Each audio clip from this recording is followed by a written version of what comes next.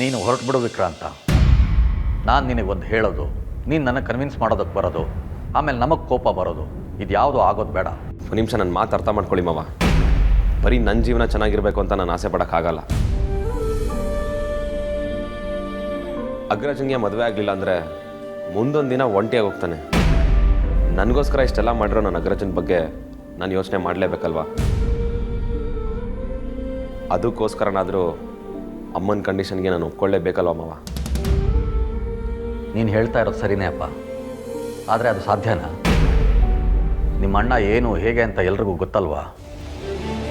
ಅಸಾಧ್ಯವಾದದ್ದನ್ನು ಸಾಧಿಸಬೇಕು ಅಂದರೆ ಅದು ಬೇಗ ಆಗೋಲ್ಲ, ಅದಕ್ಕೆ ಸಮಯ ಬೇಕು. ಆದರೆ ನಮ್ಮ ಹತ್ರ ಅಷ್ಟು ಸಮಯ ಇಲ್ಲ. ಆಗಲ್ಲ ಮಾವ. ಒಂದು ಸಲ ಅಗ್ರಜನ ಬಗ್ಗೆ ವಿಚಾರ ಮಾಡಿ ನೋಡಿ. ನೀನು ನಮ್ಮ ಜಾಗದಲ್ಲಿ ನಿಂತು ನೋಡು. ನಾವು ಈ ವಿಚಾರದಲ್ಲಿ ಎಷ್ಟೇ ಮಾತಾಡಿದ್ರು ಮಾತಾಡ್ತಾನೆ ಇರ್ತೀವಿ ಹೊರತು ಒಂದು ನಿರ್ಧಾರಕ್ಕೆ ಬರೋದಕ್ಕಾಗೋದಿಲ್ಲ. ನಾನು ಹೇಳಿದ್ದೆಲ್ಲ ಹೇಳಿದ್ದಾಯ್ತು, ಇದೇ ನನ್ನ ಕೊನೆ ನಿರ್ಧಾರ. ನೀನು ನಿಶ್ಚಿತಾರ್ಥದ ವಿಚಾರ ಇಟ್ಕೊಂಡು ಇಲ್ಲಿಗೆ ಬರೋದಾದರೆ ಬಾ, ಇಲ್ಲ ಅಂದರೆ ಬರಲೇಬೇಡ. ಮಾವ,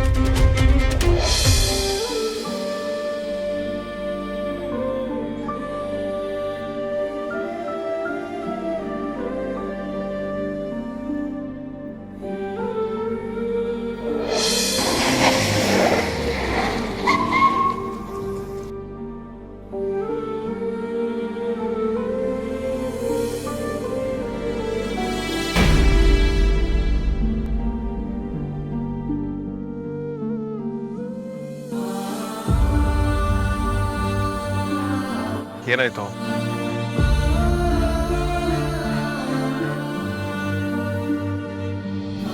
ಏನ್ ವಿಷಯ ಹೇಳು, ನಾನು ಅವ್ರ ಹತ್ರ ಮಾತಾಡ್ತೀನಿ. ಆಗಲ್ಲ ಅಗ್ರಜ, ಇದನ್ನ ಯಾರಿಂದನೂ ಸಾಲ್ವ್ ಮಾಡೋಕ್ಕಾಗಲ್ಲ. ಅಲ್ಲ ವಿಕ್ರಮ್,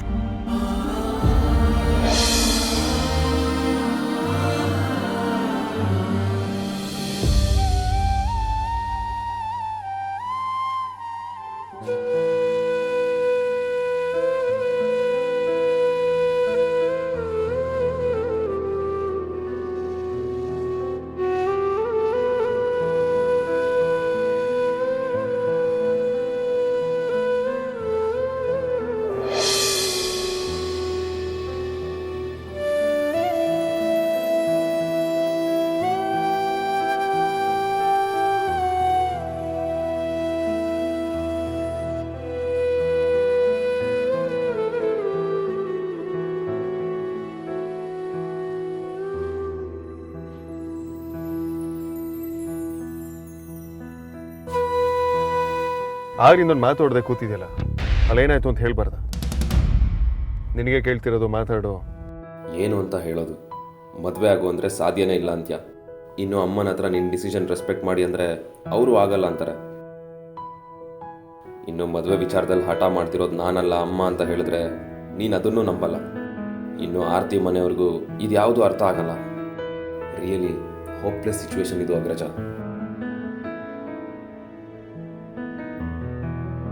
ವಿಕ್ರಾಂತ್, ಅಗ್ರಜ ಪ್ಲೀಸ್, ನನ್ನನ್ನೇನು ಕೇಳಬೇಡ. ನನ್ನಷ್ಟಕ್ಕೆ ನಾನು ಬಿಟ್ಬಿಡು. ಮದುವೆ ಅಂತ ಓಡಾಡಿ ಈಗ ಮದುವೆ ಆಗೋದೇ ಡೌಟ್ ಆಗಿದೆ. ನೀನು ಹೀಗೆ ಏನೇನೋ ಮಾತಾಡಿದ್ರೆ ನನಗೇನು ಅರ್ಥ ಆಗುತ್ತೆ? ಅಲ್ಲಿ ಏನಾಯ್ತು? ಆರ್ತಿ ಏನಾದ್ರು ಅಂದ್ಲ?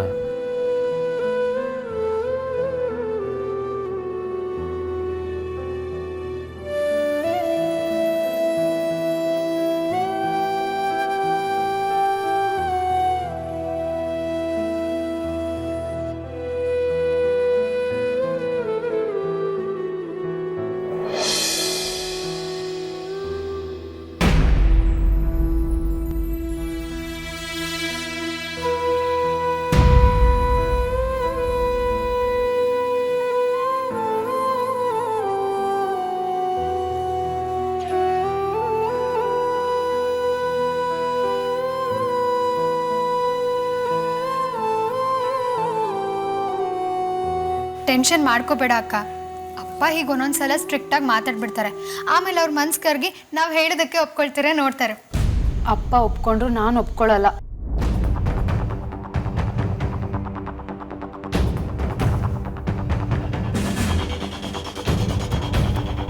ಏನು ಹೇಳ್ತಿದ್ಯಕ್ಕ?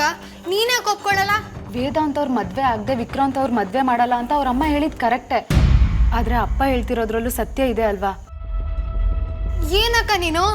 ಇಲ್ಲ ಅಮ್ಮ, ಮನೆ ಹಿರಿ ಮಗಳಾಗಿ ನಾನು ನಿಮ್ಮ ಬಗ್ಗೆ ಯೋಚನೆ ಮಾಡಬೇಕಿತ್ತು.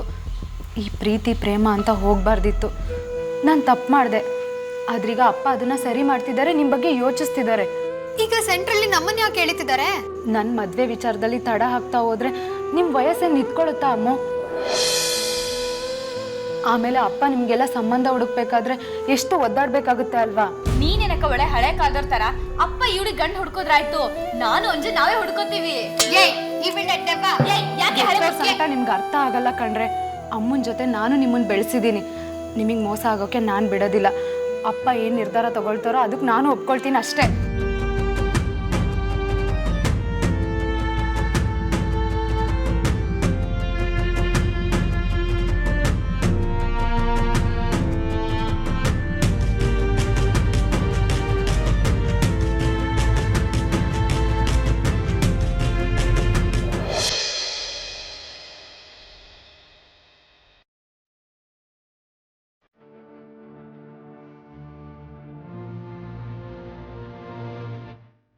ಈ ವಿಕ್ರಾಂತಿಗೆ ಸಡನ್ ಆಗಿ ಏನಾಗಿರ್ಬೋದು?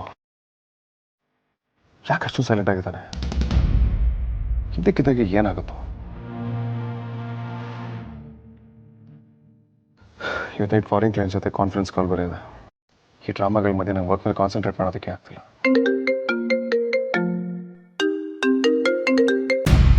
ಹೇಳಿ ಶಿವತ್ ಸರ್. ಹಲೋ ಸರ್, ಎಲ್ಲಿದ್ದೀರಾ? ಮನೇಲೇ ಇದ್ದೀನಿ. ಕಾನ್ಫರೆನ್ಸ್ ಕಾಲಿಗೆ ಪ್ರಿಪೇರ್ ಆಗ್ತಾ ಇದೆ. ಸರ್, ನಾವು ಮನೇಲಿ ಪಾರ್ಟಿ ಅರೇಂಜ್ ಮಾಡಿದ್ದೀನಿ. Bachelor party sir. ಅದಕ್ಕೆ ಕರೆಯೋಣ ಅಂತ ಕಾಲ್ ಮಾಡಿದೆ. ಬನ್ನಿ ಸರ್. ನೋ ಶಿವತ್ ಸರ್, ತುಂಬ ಕೆಲಸ ಇದೆ. You guys have fun. Sir, ನೀವು ಬಂದರೆ ತುಂಬ ಖುಷಿ ಆಗುತ್ತೆ. ನಿಮಗೆ ಗೊತ್ತಿಲ್ಲ, ನನಗಿದೆಲ್ಲ ಇಷ್ಟ ಆಗೋದಿಲ್ಲ. ಮದುವೆಗೆ ಖಂಡಿತವಾಗ್ಲೂ ಬರ್ತೀನಿ. Vedant, okay Shivat, I need to go. No, I will call you later. ಸರಿ ಸರ್.